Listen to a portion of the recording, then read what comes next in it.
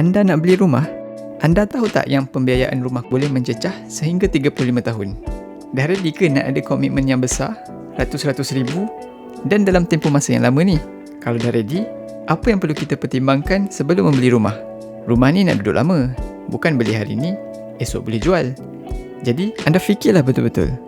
Adakah ianya melibatkan faktor lokasi, harga, fasiliti atau persekitaran?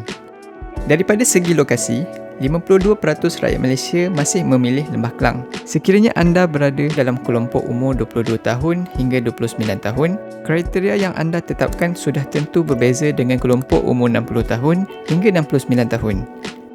Video kali ini akan membincangkan 10 faktor paling popular dipertimbangkan rakyat Malaysia sebelum beli rumah mengikut umur.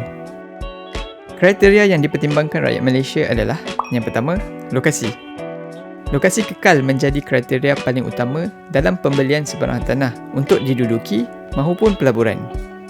Daripada segi pilihan, golongan pembeli berumur 30 hingga 39 tahun dan 60 hingga 69 tahun paling tinggi memilih lokasi sebagai kriteria utama mereka untuk membeli rumah.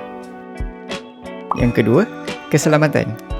Keselamatan sebuah hartanah kediaman merangkumi hartanah landed dengan fasiliti gated and guarded. Kebanyakan mereka yang memilih kriteria ini adalah golongan pendapatan isi rumah dari kelompok T20. Yang ketiga, harga per kaki persegi.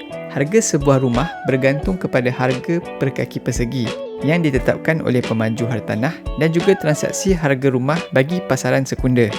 Untuk rekod, harga per kaki persegi hartanah kediaman jenis teres di Kuala Lumpur bagi tahun 2019 adalah pada kadar RM535 per kaki persegi. Yang keempat, kelayakan kewangan. Bank Negara Malaysia melaporkan bahawa lebih daripada 70% permohonan pinjaman pembiayaan hartanah bagi tahun 2019 adalah daripada golongan pembeli rumah pertama. Kriteria ini adalah paling popular di kalangan golongan berumur 20 hingga 29 tahun. Yang kelima, jarak dari pejabat. Sungguh pun revolusi industri 4.0 membantu perkembangan ekonomi gig di Malaysia, di mana golongan ini tidak perlu ke pejabat. Jarak dari pejabat tetap menjadi kriteria utama dalam pembelian hartanah di kalangan rakyat Malaysia. Yang keenam, berdekatan pengangkutan awam. Pengangkutan awam seperti MRT, LRT dan perkhidmatan bas henti-henti merupakan salah satu booster yang membantu meningkatkan nilai sesebuah hartanah. Semakin dekat sesebuah hartanah, tidak kira komersial atau kediaman dengan pengangkutan awam, semakin mahal harga hartanah tersebut. Yang ketujuh, reputasi pemaju hartanah. Pemaju hartanah dengan rekod kredibiliti yang tinggi dikatakan mampu menjual apa sahaja projek kepada pembeli. Sebagai contoh, MK Land yang membangunkan Damansara Perdana sekitar 90-an berjaya menjual projek mereka di kawasan yang sama pada tahun 2018 kerana reputasi mereka yang baik dalam projek sekitar 90-an. Yang ke-8, berdekatan pusat membeli belah. Hari ini, pemaju hartanah sangat cenderung membina hartanah high-rise yang mempunyai pusat membeli belah di bawahnya. Kesan ini menyebabkan Lembah Kelang khususnya dikenali sebagai bandar yang paling banyak pusat membeli belah di Asia Tenggara.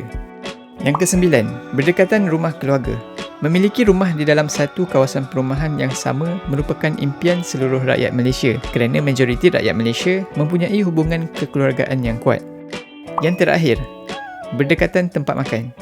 Memiliki rumah yang berdekatan dengan tempat makanan yang sedap adalah satu kelebihan. Anda mungkin tak perlu memasak hampir setiap hari kerana rumah anda dikelilingi pelbagai tempat makanan yang lazat.